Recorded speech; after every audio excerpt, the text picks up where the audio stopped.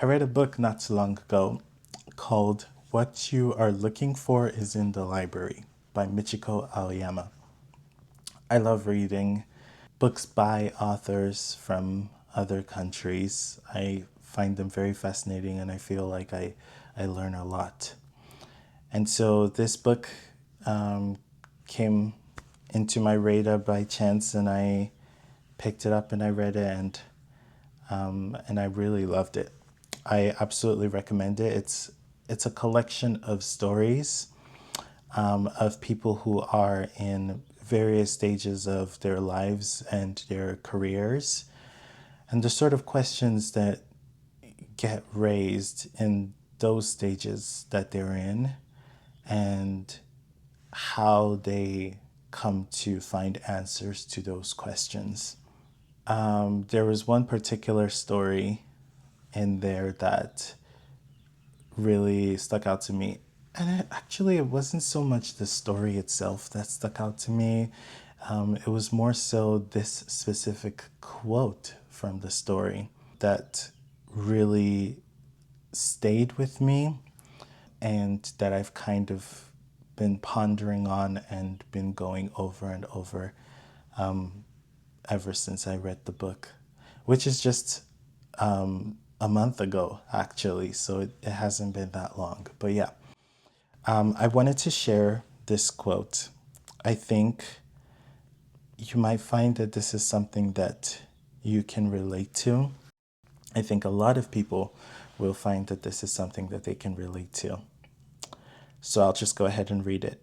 Singles are envious of those who are married, and married couples envy those with children. But people with children are envious of singles. It's an endless merry-go-round. But isn't that funny that each person should be chasing the tail of the person in front of them when no one is coming in first or last? In other words, when it comes to happiness, nothing is better or worse. There is no definitive state. This quote stuck with me so much, and not because I could relate to this specific scenario with singles and married couples with children. I wouldn't say that I particularly look at married people or people with children with envy. At least that's not a thing that occurs to me. But I felt like in a more general sense I could relate to this. The idea of looking at people that I perceive to be ahead of me, while those very people are looking at other people that they perceive to be ahead of them. And it just continues on and on and on, and we're all stuck in this merry-go-round. And in reality, nobody is coming in first or last in the first place. I find it very interesting, very thought provoking. And so I've kind of been dwelling on it a little bit. I found something while I was digging around in my house. This right here, this is my high school yearbook. It looks really old because it is kind of old. This is from 2012 from my high school back in Nigeria. Oh my God, it feels like forever ago. It was literally 13 years ago. But I found this and I was just kind of reading through it. And here's me right there. That's me. It looks nothing like me now. I have changed completely. I'm a completely different person now. But yes, that's what I looked like 12 years ago. But yeah, I was just reading through this and I was reading through some of the answers that I gave to these questions that they asked us for the yearbook. You know, they ask us all these questions like, what would you like to be remembered for? Your most memorable time in school and all of that stuff. But this specific question was, where will you be in the next 10 years?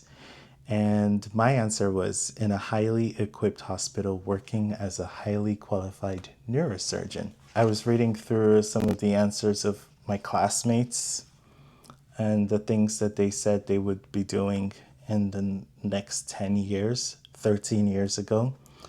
And I noticed that quite a lot of these people did get to achieve the things that they said they would do in the next 10 years. Not me.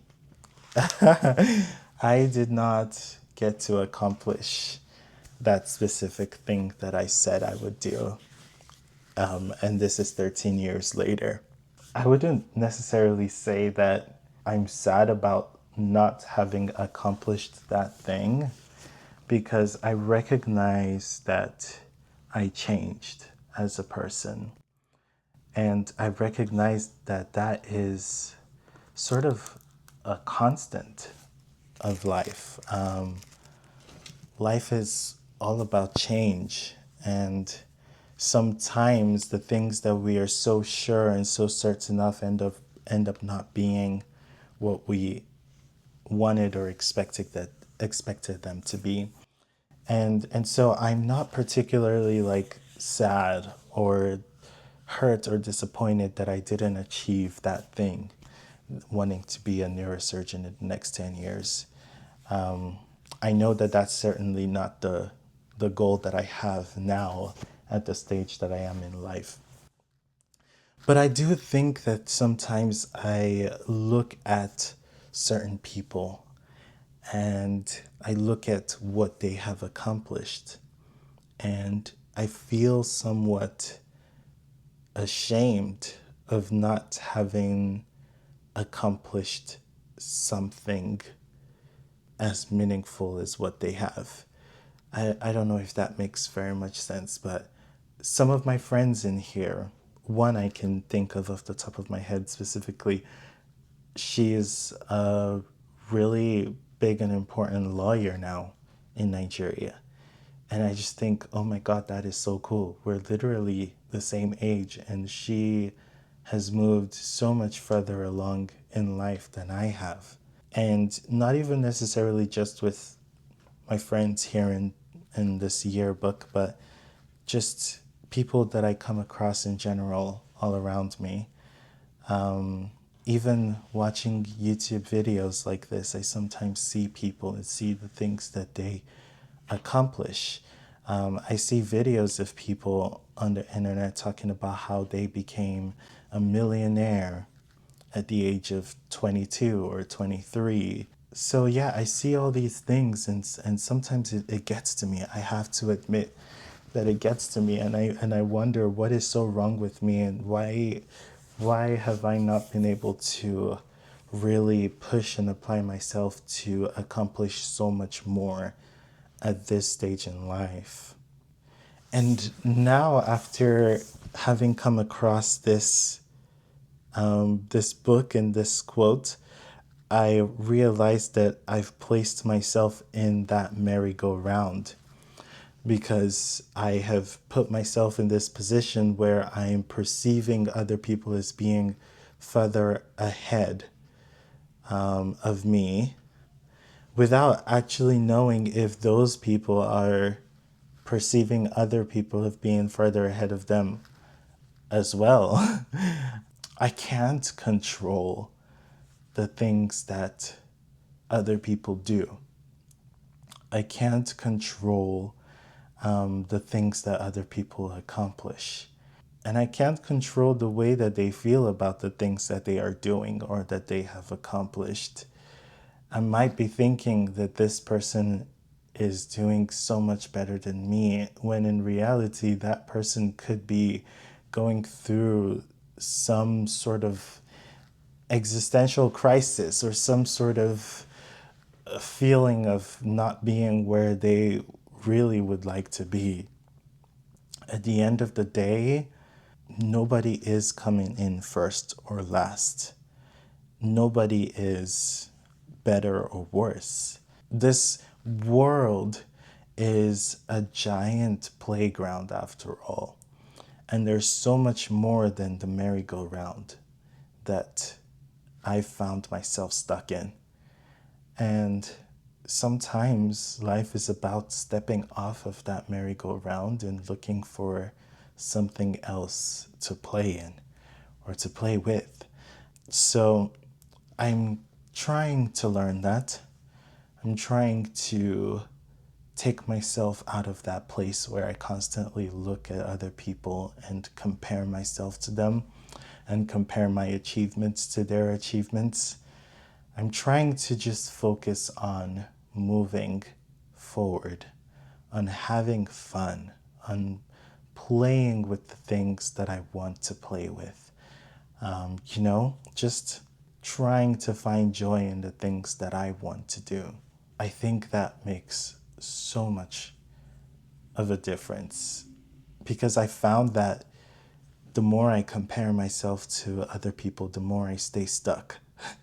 And it's weird because you might be expecting it to be some sort of motivator, like, oh, this person is so much further ahead than I am, so I gotta this is motivation to push myself to move even further. But instead I'm just stuck in this self-pity and in this wallowing and in this idea that I will never catch up to that person. And the longer you stay stuck in that mindset, the more it becomes true and the more it becomes your reality. So I'm trying to get myself out of that mindset. I'm trying to explore more of the playground.